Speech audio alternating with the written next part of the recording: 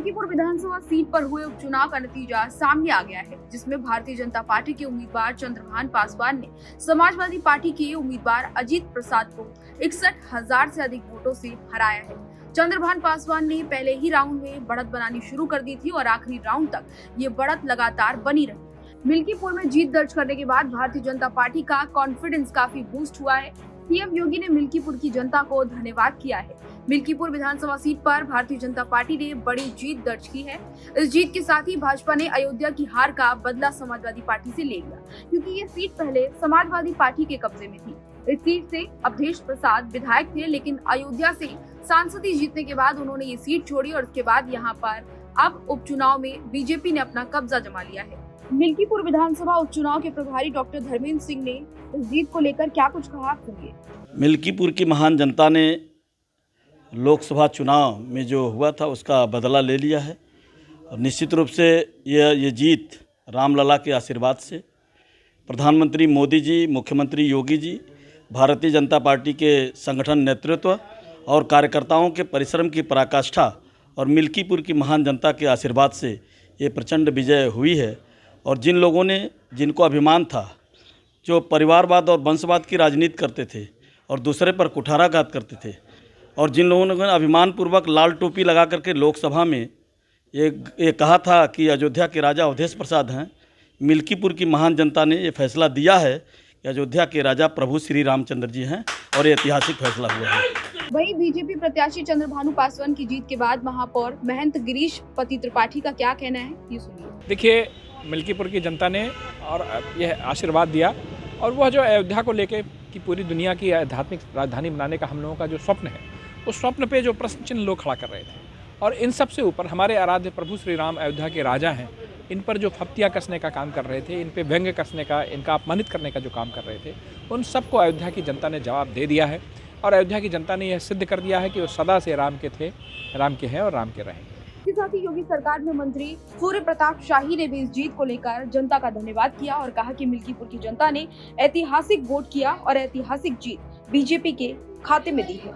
और मिल्कीपुर की जनता ने ऐतिहासिक मतदान भी किया और ऐतिहासिक वोट भी डाले। इसके लिए मैं उनको अपनी ओर से हार्दिक बधाई देता हूं और भारतीय जनता पार्टी और अपनी ओर से उनको आभार प्रकट करता हूं, धन्यवाद देता हूं। ये इस बात का को साबित किया है कि देश की जनता, देश के प्रधानमंत्री आदरणीय नरेंद्र मोदी जी के विकास कार्यों, सबका साथ सबका विकास, उस पर उसने भरोसा किया है, उन जनता ने विश्वास किया है। और उन योजनाओं का, जो गरीब कल्याण योजनाएं थीं, आम आदमी को बेहतर बनाए जाने के लिए जो योजनाएं प्रारंभ की गई थीं, उन सब का लाभ आम जन तक पहुंचा। और इस नाते दिल्ली में भी और अयोध्या के मिल्कीपुर में भी उन्होंने आशीर्वाद दिया है जनता ने मोदी जी को। और उत्तर प्रदेश में मोदी जी और योगी जी दोनों के प्रयासों से जो यहाँ पर विकास के काम हुए, उनको उन्होंने आशीर्वाद दिया। साथ साथ में जो समाजवादी पार्टी और तथाकथित पीडीए, परिवार डेवलपमेंट अथॉरिटी की तरफ से जो बयान बार बार दिए जा रहे थे और सनातन और आस्था पर चोट पहुँचाई जा रही थी, भगवान श्री राम के अस्तित्व से लेकर के राम मंदिर निर्माण पर प्रश्न खड़े किए जाते थे, महाकुंभ के आयोजन पर अनेक सवाल उन्होंने खड़ा किए, उसका कारण भी जनता उनसे क्षुब्ध हुई और उसने इस बात को बताया कि हमारी आस्था और परंपराओं से जो भी खिलवाड़ करेगा उसको हम मिटिया मिट कर देंगे। और इस नाते दिल्ली में भी और मिल्कीपुर की भी जनता ने काफ़ी बड़ी मात्रा में घर से निकल करके और वोट डाले, कमल के फूल खिलाए।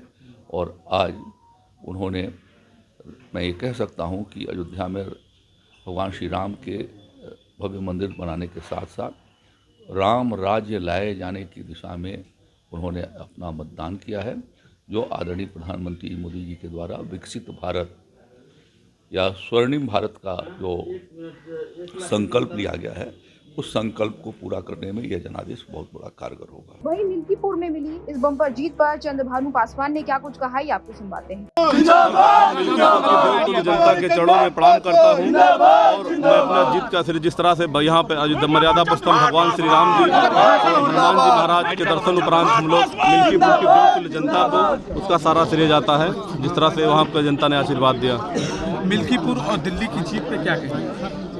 मिल्कीपुर की देवतुल्य जनता ने जिस तरह से और दिल्ली की मतदाताओं ने जिस तरह से आशीर्वाद दिया है भारतीय जनता पार्टी के पक्ष में, ये बहुत ही सराहनीय योग्य है और मिल्कीपुर की जनता का हम लोग बहुत बहुत आभार व्यक्त करते हैं। धन्यवाद। अयोध्या के मिल्कीपुर विधानसभा उपचुनाव में मुख्यमंत्री योगी आदित्यनाथ का परचम लहराया है।